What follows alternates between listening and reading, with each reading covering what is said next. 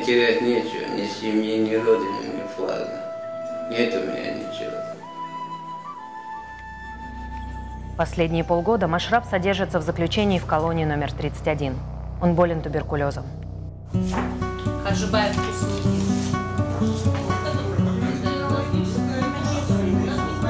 Туберкулез – тяжелое инфекционное заболевание, которое передается воздушно-капельным путем.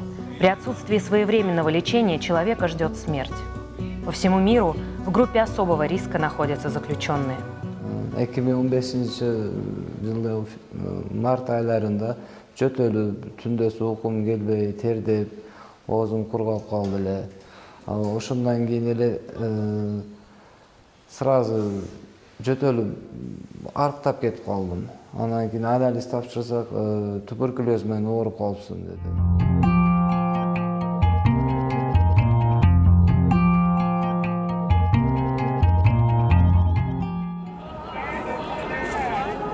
Prisons can, or the walls can keep people from crossing the wall, but it cannot keep disease inside or outside. Walls are not meant for that. So tuberculosis is a public health threat for the nation and beyond the borders sometimes.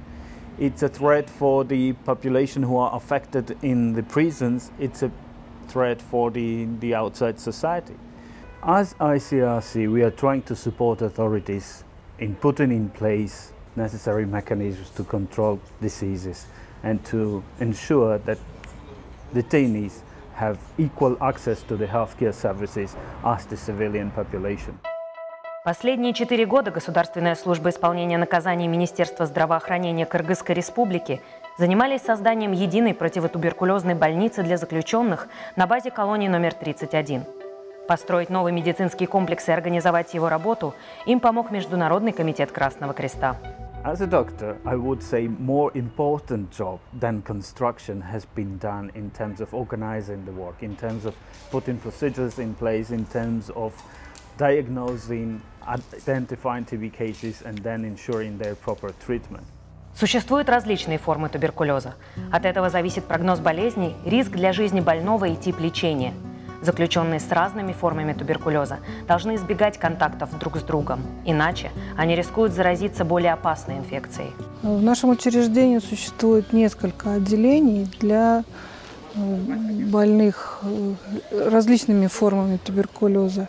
Построено несколько отделений. Это для чувствительного туберкулеза, есть отделение для больных множественно-лекарственным туберкулезом, больные полирезистентным туберкулезом. То есть эти все отделения разные, и больные изолированы друг от друга. И небольшое отделение для отказавшихся от лечения. К сожалению, есть такие больные.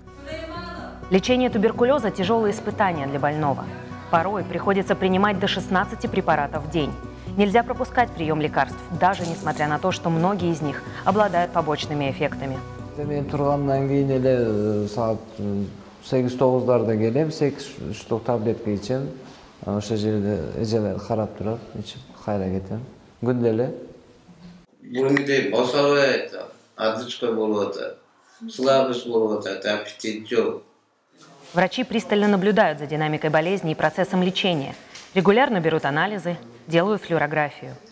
При поддержке Международного комитета Красного Креста в колонии номер 31 заработала современная лаборатория.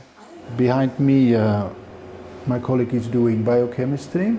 There's a number of biochemical parameters that need to be followed because of the side effects of the drugs that the patients take.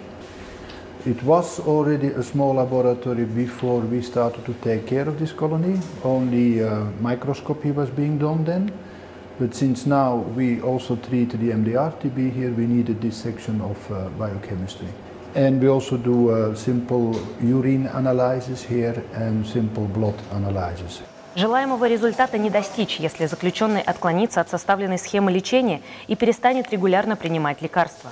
Поэтому врачи колонии и сотрудники Международного комитета Красного Креста стараются поддерживать заключенных желание лечиться. Все препараты, вся назначенная схема, она однозначна. Для улучшения здоровья проживают в хороших условиях, тоже не надо заботиться о том, что где достать ту же подушку. Питание у них хорошее, потом Международным Красным Крестом предоставляются еженедельные пайковые пакеты для поддержки тех больных, которые хорошо пьют лекарства, которые не пропускают. И это тоже своего рода приверженность, влияет на приверженность к лечению.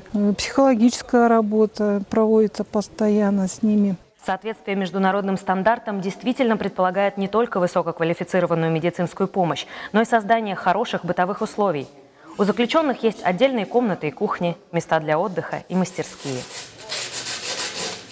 Строительство этой больницы стало уникальным проектом для властей Кыргызстана и Международного комитета Красного Креста в Средней Азии. Ее посещал премьер-министр, и в беседе с министром здравоохранения они пришли к выводу, что подобные больницы, аналогов такой больницы не существует и в гражданском секторе до сегодняшнего момента. Нам бы хотелось, чтобы качество лечения, конечно, соответствовало всем мировым стандартам. Благодаря совместной работе наших медицинских сотрудников, также не медицинских сотрудников, мы достигли положительных результатов, как в борьбе с туберкулезом и также по соблюдению инфекционного контроля. У нас положительный результат есть по вылечиваемости и излечимости.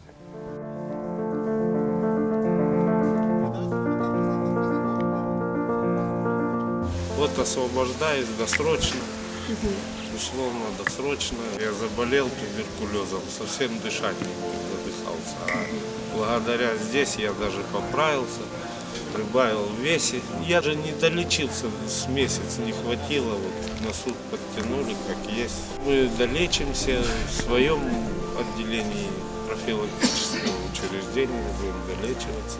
Мы едем на Иссык. В нашем солнечном Кыргызстане находится озеро Иссык.